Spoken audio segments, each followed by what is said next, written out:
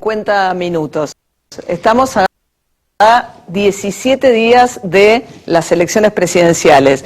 De no haber una segunda vuelta electoral, en 17 días podría haber un nuevo presidente, después de 12 años de kirchnerismo. Y en ese escenario lo más probable es que ese presidente, si uno se atiene a las encuestas, si no hay segunda vuelta, lo más probable es que sea Daniel Scioli.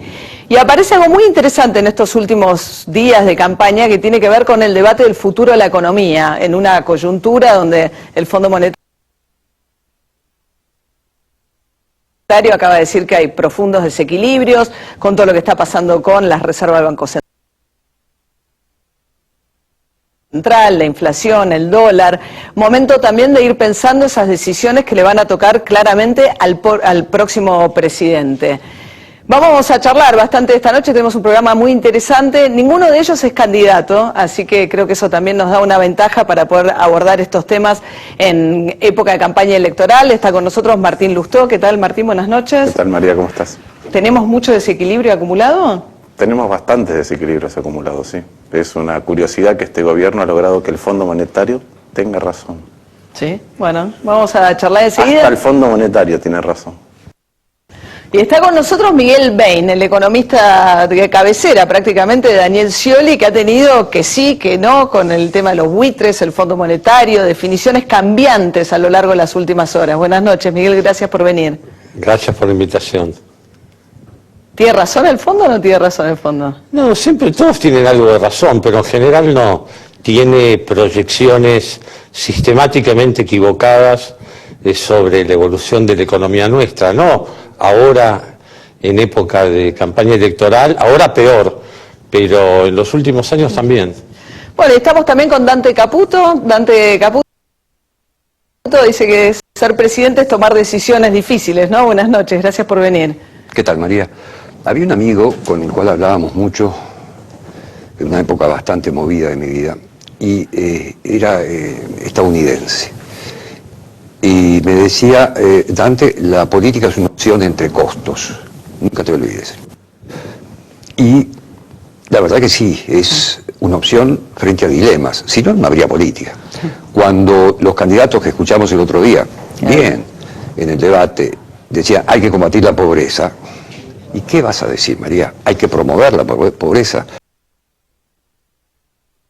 No, lo que me parece, y eso podríamos conversarlo luego, es el tipo de dilema, los más duros y pesados, que va a enfrentar el futuro presidente. Muy bien, vamos a estar charlando enseguida con Dante Caputo de eso también, así que presentamos en 20 segundos el programa y arrancamos con estos invitados esta noche en 50 minutos.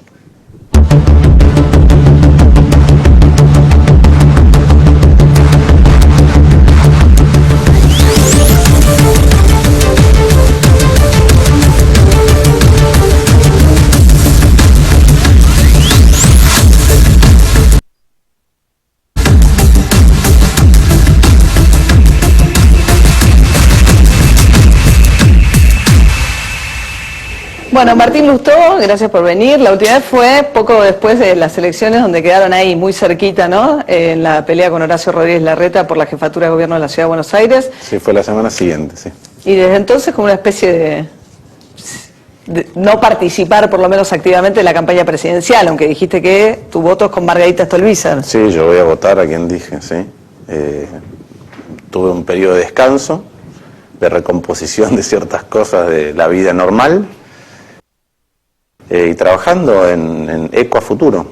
He recorrido varias provincias, apoyando ahí algunos candidatos que entiendo son de nuestro espacio, y construyendo el bloque de Eco en la ciudad, que tiene que hacer lo que dije esa noche, que es que en la política el partido empieza con el resultado. A nosotros nos asignaron el rol de ser una oposición responsable, una oposición constructiva, y eso es lo que vamos a hacer.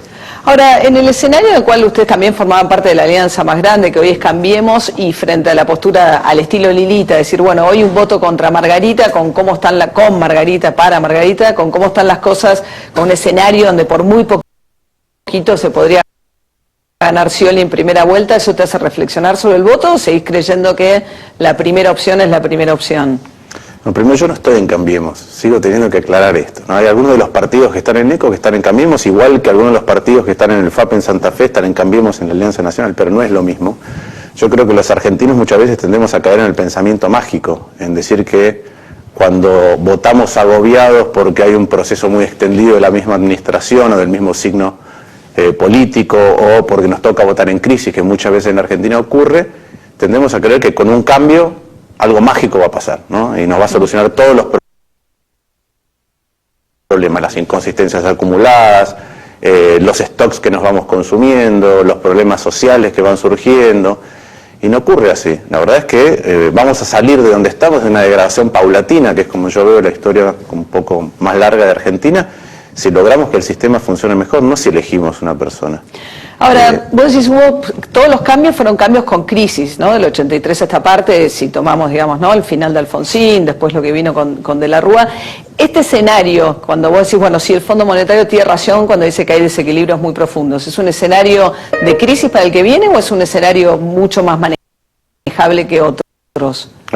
Primero, el Fondo Monetario, como dice Miguel, se equivoca recurrentemente, persistentemente, pero en este caso los desequilibrios son tan obvios que hasta el Fondo Monetario tiene razón. Esa es la realidad.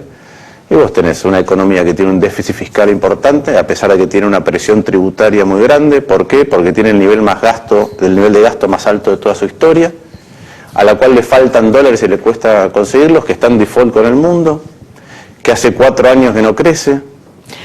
Cuando decís, entonces, vamos a hablar de eso también con Ben, pero cuando decís gasto, quiere decir que hay que ajustar, y cuando decís está en default, quiere decir que hay que arreglar con los buitres.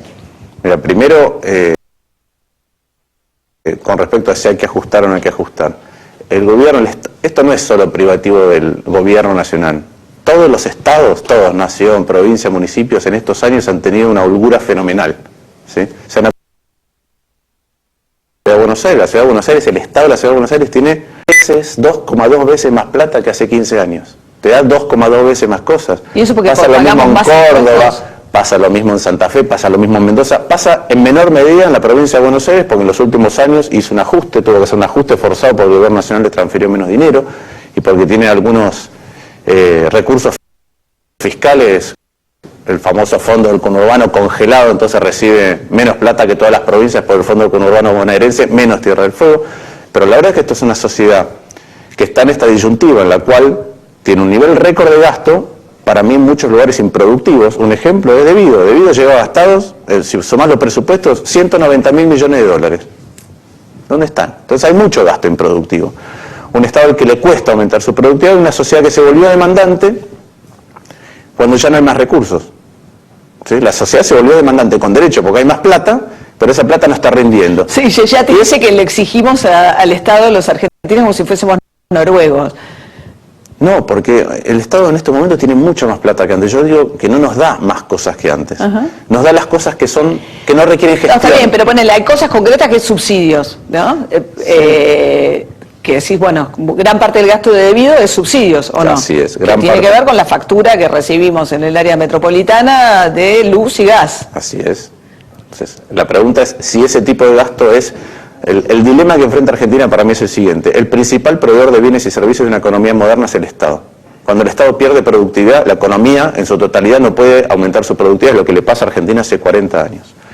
Entonces hay mucho gasto, porque hay mucho gasto, pero hay mucho gasto que no rinde para que la Argentina tenga otro estatus si la economía no aumenta su productividad, la única manera de compensar es ser más barato en dólares. Si uno sos mejor produciendo que el de al lado, tiene que ser más barato en dólares. Lo hizo con los más caros de la región, en dólares. Sí, pero esto hace mucho que viene pasando, que el Estado pierde productividad. Entonces, los subsidios es un ejemplo, los subsidios son un elemento fundamental para integrar una sociedad. ¿Sí? Fundamental. Si están bien direccionados, cuando vos se lo das a alguien que no lo necesita y lo pagás emitiendo plata, alguien a través de inflación, generalmente el que está en una situación más desaventajada, está pagando el subsidio para alguien que no lo debería recibir. Bueno, eso es un problema a la larga. Es un problema tan grande que en el 2007 los subsidios eran 15.000 millones de pesos y hoy son más o menos 15 veces eso. Bueno, porque entonces el que hereda la necesidad de cortar de algún lado. El que hereda algo para mí más complicado que eso. Hereda el dilema de tener que cortar o tener que financiar transitoriamente, porque hoy el discurso oficial es nos estamos desendeudando, pero si vos tenés un déficit de 30.000 millones de dólares por año, no te estás desendeudando, te estás desendeudando con los mercados, pero te estás endeudando con alguien, ya sea con los jubilados futuros, con la población en general cuando venga una devaluación porque si te quedás sin dólares pasa eso, o te estás endeudando todos los días al emitir dinero y generar inflación. Con alguien te estás endeudando. Yo creo que el dilema que hereda el próximo presidente es un poquito más complejo, porque es este escenario con una sociedad que está demandante, ¿sí? Particularmente porque has avanzado en muchos derechos, en la ampliación de derechos, algunos de segunda generación y otros derechos, los podés llamar de primera generación, pero que no requieren gestión cotidiana. Vos cuando aumentás la cobertura a la seguridad social, cuando das la asignación universal por hijo, cuando haces el matrimonio igualitario, no tenés que gestionar todos los días. Cuando tenés que brindar mejor salud, mejor educación, mejor infraestructura, mejor justicia, tenés que gestionar. Yo creo que al Estado argentino le cuesta mucho gestionar. ¿Y cuál es el dilema del próximo presidente? Para mí el dilema del próximo presidente, lo que a mí me preocupa es que este es el humor general con las restricciones que tenemos, y a mí me parece que la clase política no está liderando este tipo de discusión. ¿Qué es lo que yo veo? Lo veo en el Congreso cada vez que tenemos una sesión. En los últimos 2 años se han aprobado, en el Congreso se han sancionado leyes que han creado 25 organismos nuevos, sí, miles de puestos de trabajo nuevos, cuando hay los fondos del ANSES. Hay 60% más empleados públicos que en el año 2003. 60% más. A nivel del Estado Nacional. Y seguimos creando cargos. Entonces, ¿qué veo? Que es una sociedad que ha perdido no quiero hablar de austeridad, porque a mí me parece que es una palabra que en la Argentina austeridad y modernización del Estado han sido eufemismos para los ajustes, pero ha perdido la sobriedad. Y la clase política, en lugar de inducirla como es alguien que se está excediendo con la bebida en una fiesta, no va a decirle, a ver, tenés que volver a tu casa, es tarde, mañana te vas a sentir mal, la lleva a otro lugar a que siga consumiendo alcohol. ¿Pero vos crees que todos estos organismos nuevos son formas o intentos de condicionar al que viene? Digamos, este organismo que va a controlar la cartera de las acciones que maneja y bonos que maneja la ANSES, los organismos, de inteligencia, los organismos ha habido una gran cantidad de reformas últimas y con algunos funcionarios que van a perdurar, se supone, digamos, APSCA, no sé qué va a pasar con el Banco Central, hay muchos que tienen mandato más allá de diciembre. Pero esa, sí, en muchos casos sí, pero esa para mí es la lectura superficial, porque la lectura superficial es intento asegurarme cargos, pongo restricciones al próximo, creo que el presupuesto es una restricción al próximo en términos del relato que está diciendo este presupuesto que es ficticio, que se aprobó ayer. Entonces, eso sí, pero lo medular de eso es que detrás de esa inconsciencia con la cual vos le creas restricciones al siguiente, lo que hay es un deterioro de la calidad administrativa del Estado.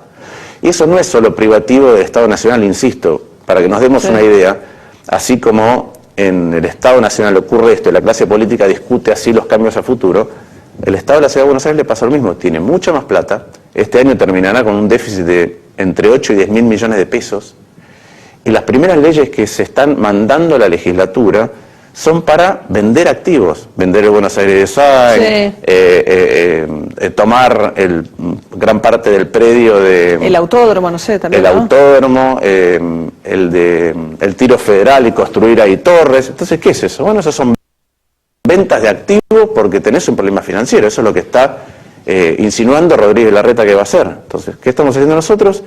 Que tuvimos un discurso muy claro en la campaña con respecto a estos temas, es decir, no, estuviste con una cantidad de recursos récord, la administraste de una manera en que las prioridades no son las que nosotros queremos que tiene que tener una sociedad, no sigas financiándote así. Pero lo que se pincha de recursos es por menos recaudación, o en el caso del Estado, digamos, por mayor gasto, o por baja de precio de la soja. Hoy, el Estado Nacional.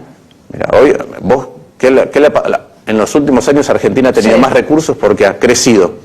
Además de que ha crecido, ha utilizado los FJPs, ¿sí? Ahora dejó de crecer. Además de eso, utilizó las reservas y hoy te faltan. Además de eso, empezaste a emitir más dinero para financiar el agujero que tenés. Entonces, hoy te financiaste cada vez con recursos menos genuinos que te generan más problemas. Eso es lo que pasa. Y sin embargo, el gasto sigue creciendo por encima de lo que vos vas obteniendo de recursos de distintos lugares. Y por eso tenés un déficit más grande. La verdad que eso es lo que ha pasado en los últimos años. ¿Qué pasó con Felipe Solá? Que estaba en la UBA, ¿no? Y con Gustavo Vera de la Alameda se generó una situación ahí con el hermano o el papá, ¿no? Una de las víctimas de la masacre de Avellaneda. Creo que era el hermano de Santillán. De Santillán, sí. Y más gente. Estábamos dando... A mí en el momento, la verdad que es un poco penoso, pero no me sorprendió. Es decir, somos una sociedad que está naturalizando un montón de eventos que ocurren. ¿Qué pasó el día ese? Estábamos dando una charla sobre pobreza inseguridad y narcotráfico. Cuando yo terminé de hablar y se paró Felipe Solá para hablar, del público, bajó gente y le empezó a gritar, y se armó eso que se ve ahí en cámara. ¿Pudo seguir la charla? Yo tenía que ir a dar una charla en un panel con Fitousí, Marangoni y Frigerio, con lo cual cuando eso extendió un poco yo me tuve que ir. Cuando terminó, yo le hablé al público, le dije perdón que no me puedo quedar más tiempo, me tengo que ir, y después Felipe terminó su charla. A mí después cuando me fui me empezaron a entrar un montón de mensajes, porque yo no la viví tan como se ve ahí. No se veía. Sí, bueno, yo la viví con un poco más de tranquilidad, ¿sí? Pero me empezaron a llegar muchos mensajes. Y después me quedé reflexionando sobre la naturalidad con la que se lo tomó Felipe, se lo tomó Vera, me lo tomé yo, y es una naturalidad peligrosa, ¿no? Lo que ocurre ahí es que a Argentina le cuesta mucho discutir en tranquilidad. Ahí estamos debatiendo temas quizás de los más importantes que tiene la Argentina, pero últimamente debatimos el borde de las cosas, ¿no? Debatimos cómo medimos la inflación en lugar de cómo bajarla, cómo medimos la pobreza en lugar de cómo bajarla, si la gente va o no al debate y si el debate con las reglas que hay tiene sentido en lugar de qué estamos debatiendo. Bien. Y ahí en lugar de hablar de pobreza, narcotráfico, exclusión, inseguridad, terminamos hablando de este tema. Por segunda vuelta no pregunto, ¿no? ¿Por segunda vuelta? Si quedan Macri y Scioli. Yo creo que la alternancia es un valor importante en la sociedad. Bueno. Creo que la alternancia es un valor importante en la ciudad de Buenos Aires, sí, en San Luis. Entonces conviene alternancia. Tengo una opción que quedaran Scioli o Macri, o Scioli o quien fuera. Yo creo que es un valor importante, pero me tienen que demostrar, yo cuando elijo mi voto me tienen que demostrar que no solo es alternancia de gente, que es alternancia de las prácticas políticas. Y la verdad que en muchos casos no veo alternancia de las prácticas políticas. Bueno, pero en la boleta, si hay balotaje, va a haber dos, no hay mucha más. En el momento, cuando termine esto, veremos la primera vuelta, pero me parece que la alternancia no es solo de gente, es de prácticas. Y últimamente estamos viendo prácticas malas en muchos lados. Gracias, No, un gusto. Quédense ahí, estamos con Miguel Bain, el economista de referencia de Daniel Scioli. ¿Cuántos temas para tratar con Miguel Bain? También con Dante Caputo. Tanda y enseguida retomamos con 50 minutos.